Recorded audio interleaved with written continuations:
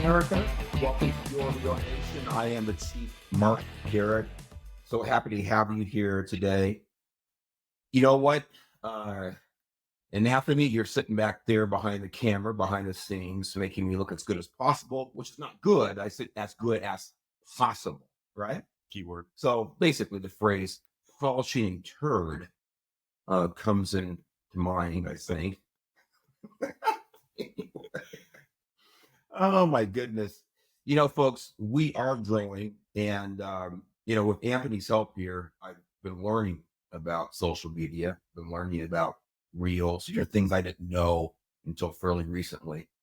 Still don't know a lot, but I know enough about them now to realize the importance of communication and keeping information out there, putting out new stuff. And that's how I learned over the years, whatever capacity, whether it's working with, my colleagues from Highway Patrol or just reading, but information and exchange of ideas helps us all learn and grow, become better informed. And one thing I've really started getting engaged with, based on the amount of time I have, are the comments that so many of you have been sending, whether it's through YouTube or Instagram, and a lot of support, which of course any human would love. I love the support. I love the insights a lot of people send. But of course, kind of in this role now, we get a lot of detractors too. We get a lot of pushback, and I love it. I love it because it forces me to go ahead and reassess my positions, and it allows me to share those insights with the detractors. Let me give you an example of just one. This was from one of the reels from one of our full podcasts, just talking about responsibility. Look, if you don't want to get stopped by the cops, don't do X, Y, Z. If you don't want to go to jail, don't break certain laws, so on and so on. One of the comments I got, it goes like this: how about getting pulled over be compliant, he misspelled it, compliant, but illegally searched, mostly in supposed to be neighborhoods of color, looking for something. But you will find just as much drugs and pills in the nice neighborhoods. They fill up those prisons with nonviolent offenders, most of the time from a compliant traffic stop. You and the cops can't see the big picture being played out. And I responded to this person. They asked him, what do you mean by the big picture? Not sure what you mean by that. And we went back and forth a couple of times. But the point of this is this person's assertion, their claim, their belief that people, not just in California, you pick a state, that people who are arrested for low-level drug offenses, sometimes those offenses even being technically felonies in the book, depending on whether they're drugs for sale or a certain amount of drugs or drugs combined with a certain amount of cash, other paraphernalia, that can be misdemeanors or felonies depending on jurisdiction, certainly the different states. But the assertion, the belief that first-time drug offenders end up in state prison, as a matter of fact, according to this person here, that the state prisons are filled, quoting, filled with these low-level drug offenders. Look, I don't know how many drug arrests I made in probably 13 years actually I patrolled for the California Highway Patrol before I went into supervision and management. But just personally, I can't tell you how many drug offense arrests that I made. Look, when you stop cars for a living, you find everything in cars. You find guns, you find kidnapped victims, you find domestic violence victims, you find guns. I say that, drugs. You find identity theft, criminals, forgers, you name it. Warrant arrests for murderers from another state. You find everything, because one thing you find about cars is that criminals use them just as much as the other 90% of the citizens of this country. So I have a little bit of knowledge. I put little bit in quotes about what this person's talking about. And I can tell you and that person, with all due respect, they don't know what they're talking about. The idea that hardly any of those people I arrested ended up in state prison for a first time or a second time or a third time drug offense is preposterous. It doesn't happen.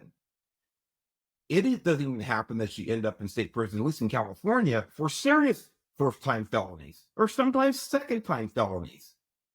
Often it's county jail for a number of months. It's 11 months and 15 days in order to stay out of state prison. State prison in California means you're convicted of felony for a year or more sentence, to put it short. Anything under that is county jail. It just doesn't happen. It is not true. You can look up the stats yourself. Don't take Mark Garrett's word for it. You look and find out how many people are actually in prison for anything in the state, let alone low-level drug usage, or possession, or even sales, folks.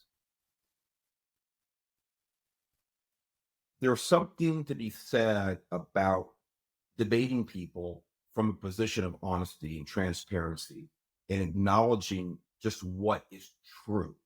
And then we can take our positions and say, okay, this is true, this is true, this is true.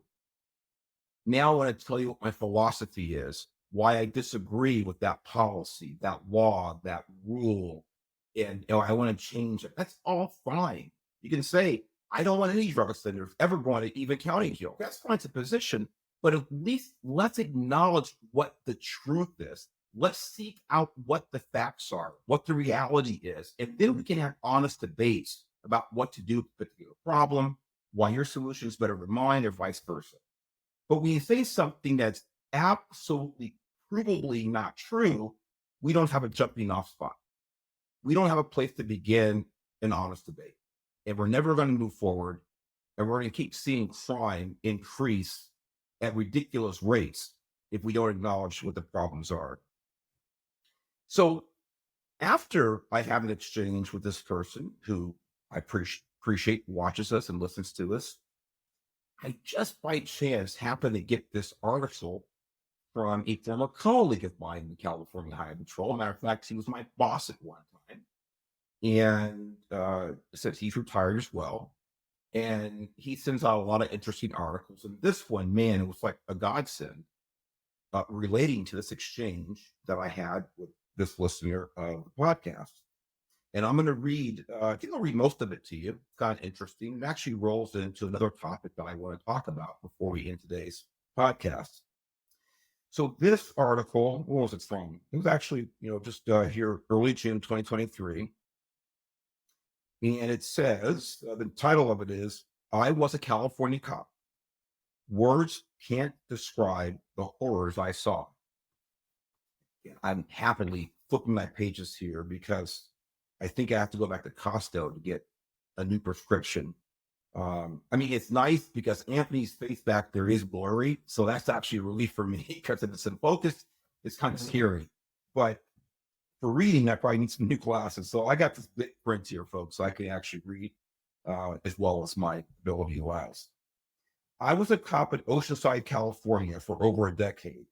It's a town of around 170,000 people in North San Diego County, where I lived here for my entire life. We have had 12 documented violent street gangs, and 2 of our police officers were murdered in separate incidents by gang members in 2003 and 2006. In 2000, California voters approved the Substance Abuse and Crime Prevention Act, which mandated that courts offer a drug treatment program to people arrested for felony drug possession of drugs, including meth, heroin, and cocaine. Offenders who chose treatment over prison were enrolled in drug court, a specialized court docket program aimed at criminal defendants convicted of drug offense which I feel was actually pretty effective. Those who chose prison instead of treatment were usually out in 6 months with good behavior, while arrested narcotics dealers often had their dealing charges reduced to simple possession and were offered drug court. Folks, I responded to this listener about the lack of first time or the second time drug offenders going to state prison. And contrary to what he or she believes, I'm not sure if it's a male or a female, they may not be sure either. Oh, that's a joke. But here it talks about even drugs for sale. Convicted criminals didn't go to state prison by and large. Thanks to this new act, which I feel was used very liberally by DAs, the percentage of simple drug possession offenders in prison in California was pretty low at the time. This is not a former officer whom I've met, never heard of the guy before, but this email from my former colleague came just the right time. I tell you this so you know, I researched this stuff. I've learned through experience, 30 years of law enforcement, of which I speak. Essentially, there was nobody wasting away in prison for a first-time drug offense. However, I often arrested the same person for possession of meth multiple times, and they were offered drug court every time. Did you hear what I just read? This is a guy talking about his personal experience. He arrested the same person for meth possession, by the way, felony meth possession over and over and over, and that person didn't end up in state prison. How do we know that? Because the officer kept arresting him over and over and over. By definition, state prison means you're in there for a year or more. And this officer obviously saw these people a lot more frequently than that would allow. Quite a few people chose prison instead of drug court. Gee, why? Let me tell you. They loved meth more than anything. And for them, 6 months inside wasn't a big deal. They could still obtain drugs while incarcerated. And we've all seen those documentaries about the drug trade in prison. We know that's true. I have a very close relative who's a California prison guard, and he can attest to that fact. I was frequently told by those I arrested that it's very easy to keister drugs or hide them in your butt to get them inside prison when full body scanners aren't used to screen for it. In 2014, voters approved the Safe Neighborhoods and Schools Act, which reduced all non-violent felony drug possession charges to misdemeanors. All. The new act also raised the amount thieves could steal before it was a felony from $400 to $950 and got rid of the felony charge for serial petty thieves. Safe? I find that ironic. And he's talking about the word safe in the Safe Neighborhoods and Schools Act. Again, I talked about certain politicians talking out of every side of their mouth and every orifice in their body. When you see safe schools, neighborhoods, blah, blah, blah, blah, blah, in California, you can be assured it's pretty much just the opposite. That's what we have here. We were told by advocates of the new legislation that there were hordes of people locked away forever for simply having drugs or stealing a lollipop. I'm going to keep going back to this. I told you so. Those of you who are listening and believe or claim that people are going to state prison for drug possession, it's a lie. It's not true. Here's another officer from a small police department here, 120 miles away from me, who says exactly the same thing. See, he and I have the experience. Those of you who want to make claims just because you've heard something, you believe something, you're angry at law enforcement, you have every right to do so. You have the right to your opinion.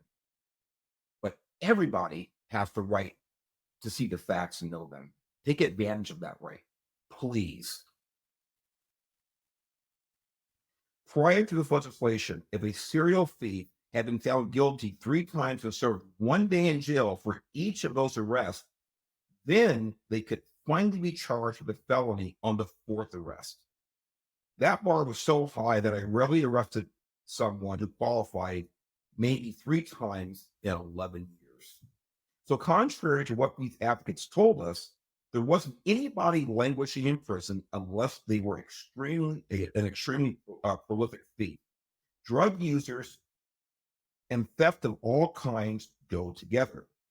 Not only did we make it easier to use meth, I believe we made it much safer for users to steal. We know this for a fact that a lot of the retail theft we see, home burglaries, auto burglaries, are simply there to fuel an addiction. They go hand in hand. In California, the majority of misdemeanor offenses require the arresting officer to cite and release the arrested person. So whether it's heroin, meth, or cocaine, after this legislation, we say, here's your lucky ticket, buddy. Have a nice day. Before this new law, drug addicts in California, who are now often seen in public living in tents, used to get arrested and be gone for 6 months. It was rinse and repeat, with those who chose prison often being out for a very short time before going back. They could opt for treatment at any time, but chose not to. They were not living in tents perpetually with no fear of repercussions as they do now. I continually read in our media that all of the homeless camps we see in California now are due to high housing costs. I do not agree with that. I spent years working 12.5-hour shifts, day after day, interacting with the homeless in Oceanside. I'm a compassionate person, probably because I've struggled to manage type 1 diabetes my entire life. I've shared my lunch with the homeless, heard their stories, spent my own money on hotel room for a family, and much more. Sounds like a great guy here, folks. This sounds like a person who really gives a damn about the community that he served. This is my conclusion. I'm quoting him. Lack of affordable housing is a problem, but it's not why we have such a huge increase in homeless camps and mentally ill people in California. I believe we have a massive drug addiction crisis and no longer any tools to force anybody to change. Accountability. Accountability. Consequences for bad behavior. They are diminishing at a rapid rate in the state and across this country. Unfortunately, this man is absolutely right. We also have a huge mental health crisis and no tools to force them into treatment. Meth use and mental illness are peas in a pod. So many of the people I took in for mental health goals, a 5150, told me their mental health deteriorated. Guess what? When they started using the drug. This is so obvious, it should be obvious to anybody with 2 brain cells, but unfortunately it's not. And often it's least obvious to the people that we elect and put in positions of power to implement these types of ridiculous laws. This officer so well articulates. I've had parents sobbing, pleading with me to commit their mentally ill, homeless adult children on a 5150 hold. And all I could tell them was, I'm sorry. But because of these insane criteria we have, I'd be violating your kid's civil rights. And I can't risk losing everything I own by doing that. This is a position that people in the state of California and so many other states have put our cops in. This is the position. People I legitimately placed on 5150 holds were almost always released from the hospital after a few hours, a day at the most. I would literally watch these mentally ill people die on the streets. There aren't words to describe the horrors I saw, and yet, in my opinion, civil rights advocates continue to stand in the way of reform. So here I am in 21st century California, no longer able to take my little ones exploring natural areas as I did as a kid right here in Oceanside. All of the natural areas I roamed here as a child are now filled with drug addicts in tents. Our hillsides have been plagued with environmental destruction from human waste and trash. and violence perpetrated by the inhabitants of the camps on each other. And that's a great, great point this retired officer makes. It's not just about the random violence that people might commit on general society, but the most vulnerable people and the people who suffer the most are other people in these homeless encampments. The sexual assaults, the rapes, the murders, the theft, of course. This is the problem. These people are down, out, and now out again. They're becoming victims of the policies that so-called leaders from the state are implementing. We are building more affordable housing and treatment centers. Great. It's very much needed. But in my view, they will not make a noticeable difference in our current situation because most of the people in those tents have what they want in life: cheap, easy access to meth and freedom. I acknowledge that Oceanside has very much improved from the 1980s and 1990s when my classmates were being murdered by drive-by shootings. In fact, I never thought it would improve this much. But I also see us sliding down a slippery slope back toward the muck from which we arose.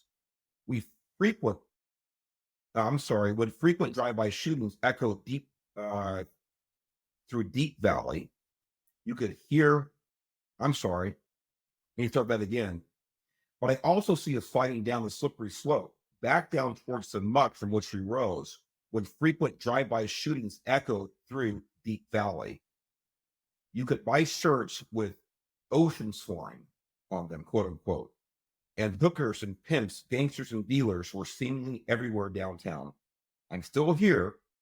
Now with my young children in our public schools, I pray for them that they won't experience the ocean side of my youth.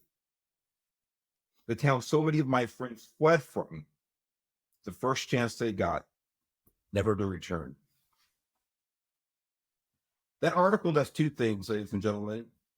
It along with my initial response to some of the people with comments, it refutes these claims about our prisons being filled with drug users. It's obviously not true. The article touches on something else as well about that gentleman, that officer has made a decision to remain in California. And it's a decision that I applaud him for because we have to fight wherever we are. And everyone has to make their own decisions about strategies. How do we fight back? How do we turn this wave, reverse this wave of anti-law enforcement sentiment and crappy leaders in law enforcement? Elected officials who are just part of the problem. What do? Some people choose to stand their ground where they are in the worst circumstances. Other people have a philosophy of, you know what, we have to regroup with like-minded people. We have to go ahead and reset. We have to fall back, build our lines, and do what we can from there to fight back for the entire country. I have to say I'm that latter group. And my family and I have made a decision that we're going to leave California. If you had talked to me about this 5 years ago, I told you I was never leaving California. But at least one thing has changed. 9 years ago, I had my first child. Yes, I'm 60 years old. Got a late start. Fortunately, I found a beautiful, lovely, and an amazing woman to marry me. I do question her judgment because of that. But together, we are raising what we believe is a wonderful child. And over the last 4 or 5 years, we've come to the conclusion that we need to put him in a place that is most likely to give him a great foundation to thrive and to appreciate the freedoms that he has and to live, to grow up, to live in a balanced community and where schools will teach him truly right from wrong and things that are important like reading, writing, and arithmetic, and American history, civics, We don't think we can do it for him here in California. If we didn't have a kid, I've got to be honest with you. I probably, at this point, I might stick it out here and fight behind enemy lines, so to speak. But because of our child, we made the decision that we're going to go ahead and regroup. We're going to reset. We're going to look out for him. And I'll talk to you more about that, about where we're going, what we're doing, and in the future. Matter of fact, I'll tell you right now, Anthony, on very early podcast, we spoke with uh, Sheriff Atkinson, Yes, Walton County, Florida, and that's where we're going. And I'll talk to you more about that. And there are a couple of things. I mean, that conversation is one of the conversations. We'd already made the decision, but it really solidified it, really bolstered our decision when I got to speak with Sheriff Atkinson. And he talked about, if you watch that episode, and Anthony, I want to talk about a couple of things here before we leave. He talked about a couple of things with his department, the Walton County Sheriff's Department. Talked about two things: holding criminals accountable, crushing criminal activity at its earliest stages, at its most minor stages, not letting things get out of hand. It's so impressive. You don't hear that here. You don't hear that in many states.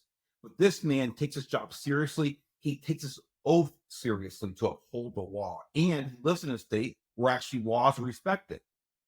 The other thing he talked about was the accountability he imposes on the people who work for him. And those are two things that we can just real quick, just go ahead and run that right now, and I'll come back. I really want you to talk about how, as a sheriff, how, as a department, you see quote unquote low level crime and how you deal with it and what the effects are. So listen, quality of life initiatives, it's certainly not my idea. It's certainly not new.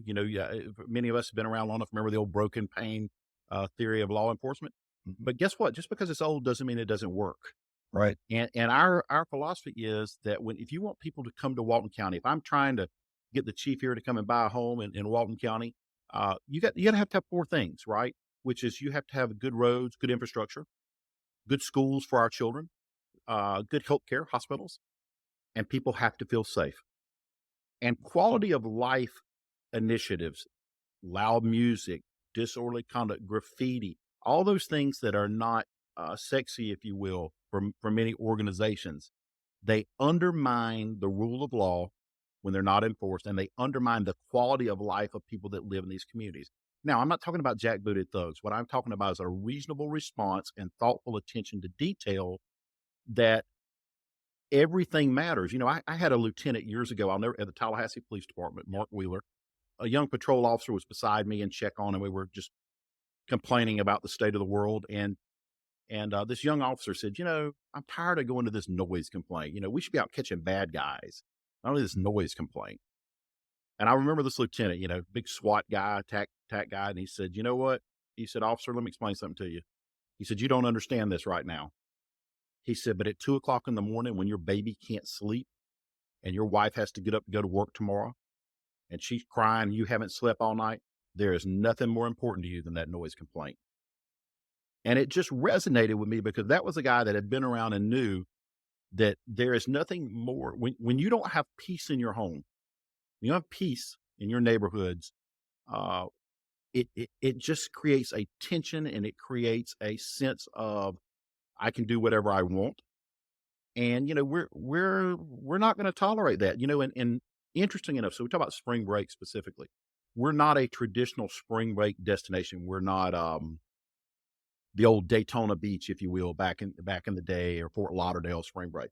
But about 10 years ago, we had, for whatever reason, we had gotten discovered by a lot of the fraternities and sororities in the schools across the Southeast. And traditionally, we were not that type of environment because, quite frankly, it's too expensive to vacation here to do that. So, $10,000 a week rooms, we were not prepared for college kids coming in and doing that. So year one, there was kind of a nationalized effort across the Southeast, at least, to make the Sandestin, Destin area a spring break destination, meet up in Destin kind of deal. And it caught us off guard because we were not familiar with that. And so we issued, an obscene amount of notice to appears, which are essentially summons. I don't know what they call it in California, but basically you're getting this rest. But we found that these kids all had disposable incomes. It was a Right. badge of honor. They were making their TikToks with it. They were doing, this a little bit before TikTok, but they were taking their pictures, posting, oh yeah, I'll be back, blah, blah, blah. And I said, okay, this is clearly not working. So we're going to try something else. And we developed what we call the rule of three, which is every underage possession of alcohol the next year goes to the Walton County Jail.